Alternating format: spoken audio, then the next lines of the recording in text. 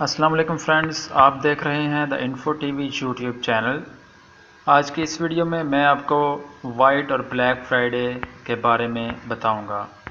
ہر سال نومبر میں عرب ممالک میں وائٹ فرائیڈے، امریکہ اور یورپ میں بلیک فرائیڈے منایا جاتا ہے۔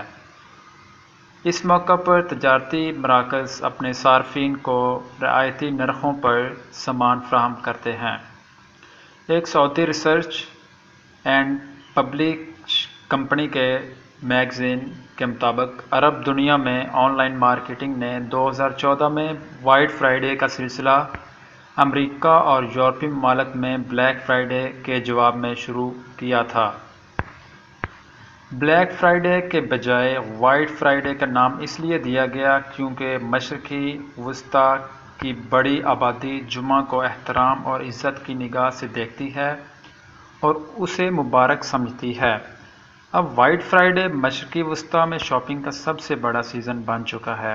یہ الگ بات ہے کہ یہ صرف ایک دن تک محدود نہیں رہتا۔ بلیک فرائیڈے بھی صرف جمعہ تک محدود نہیں ہوتا۔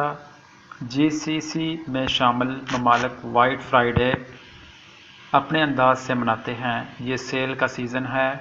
خطے میں on line shopping web sites 80% تک رعایت دیتی ہیں۔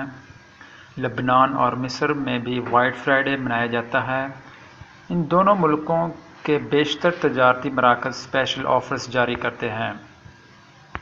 بلیک فرائیڈے امریکہ اور یورپی ممالک میں تجارتی اعتبار سے انتہائی اہم دن منایا جاتا ہے۔ یہ امریکہ میں عید شکر کے بعد آتا ہے۔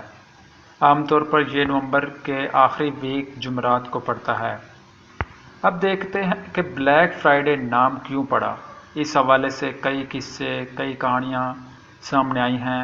ابتدا میں سالانہ شاپنگ کے رجحان کو بلیک فرائیڈے نہیں کہا جاتا تھا، بلکہ اس کا تعلق 24 ستمبر 1869 یعنی 1869 کو امریکہ میں گولڈ مارکیٹ کے سقوط کے باعث پیدا ہونے والے مالی بحران سے جوڑا جاتا ہے۔ دو سرمایہ کاروں جے گولڈ اور جم فسک نے جان بوجھ کر امریکی حکومت سے جتنا سونا خرید سکتے تھے خرید لیا تھا۔ انہیں امید تھی کہ اچانک سونے کے نرخ اور ان کی قیمتیں بڑھیں گے اور یہ ریکارڈ منافع کمائیں گے۔ اس کے بعد مارکیٹ نیچے آ گئی، بہت سے لوگ دیوالیہ ہو گئے، یعنی اپنے قرضے نہیں چکا سکتے تھے۔ یہ جمعے کا دن تھا۔ کہتے ہیں اسی تناظر میں اسے بلیک فرائیڈے کہا جانے لگا۔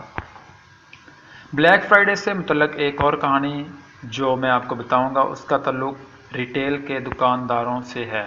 انہیں خساروں کی ایک سال بعد اس دن منافع ہونے لگا۔ اس کی شروعات عید الشکر کے دوسرے روز ہوئی تھی۔ ایک اور عجیب و غریب قصہ ہے۔ جنوبی امریکہ میں 19ویں صدی کے 8ویں عشرے کی بات ہے۔ غلاموں کے مالکان عید الشکر کے دوسرے روز غلام رعایت پر فروخت کرتے تھے۔ اسی تناظر میں بعض لوگوں نے جمعہ کے بائیکاٹ کی تحریک چلائی۔ یہ کہانی بھی بلیک فرائیڈے کے حوالے سے ناقابل فہم سے لگتی ہے۔ ایک اور قصہ اس سلسلے میں گزشتہ صدی کے 5ویں عشرے سے منسوب ہوا۔ فلوریڈا کی پولیس نے پہلی دفعہ بلیک فرائیڈے کی اصطلاح عید الشکر کے بعد ہونے والے اس ہنگامے کے بعد استعمال کی تھی جب بے شمار خریدار اور سیاح امریکہ میں فٹ بال میچ سے قبل شہر کی سڑکوں پر نظر آئے تھے۔ یہ ٹورنامنٹ ہر سال ہفتے کو ہوتا ہے۔ شائقین جمعہ سے ہی اسے دیکھنے کی تیاری شروع کر دیتے ہیں۔ کچھ پولیس اہلکار اسے بلیک فرائیڈے اس وجہ سے کہتے تھے کہ جمعہ کو چھٹی نہیں کر پاتے تھے۔ انہیں ڈیوٹی بھی طویل دینا پڑتی تھی اور کافی گھنٹے تک وہ بیچارے ڈیوٹی پر کھڑے رہتے تھے اور ان کے پاس ٹائم نہیں ہوتا تھا گھر والوں کے لیے۔ اس لیے 1961 میں فلوریڈا کی تجارتی مراکز نے جمعہ کے حوالے سے منفی تصویر تبدیل کرنے کے لیے اسے بلیک فرائیڈے کے بجائے بگ فرائیڈے کا نام دیا، لیکن یہ کوشش کامیاب نہیں ہو سکی۔ گزشتہ صدی کے 8ویں عشرے میں امریکہ کے تاجروں نے اپنے صارفین کے لیے بلیک فرائیڈے کو رعایتی کاروباری سیزن کے طور پر متعارف کرایا۔ امریکہ سے یہ روایت پورے یورپ میں پھیل گئی۔ اب دنیا بھر میں تجارتی مراکز نومبر کے آخری جمعہ کو رعایتی نرخوں پر سامان فروخت کرتے ہیں، یعنی کہ اسپیشل ڈسکاؤنٹ کے اوپر چیزوں کو فروخت کرتے ہیں۔ تو فرینڈز، اگر آپ کو آج کی ویڈیو اچھی لگی تو پلیز سبسکرائب کریں ہمارے چینل دا انفو ٹی وی کو، ویڈیو کو لائک کریں، شیئر کریں اور زیادہ سے زیادہ کمنٹس کریں۔ Thank you so much.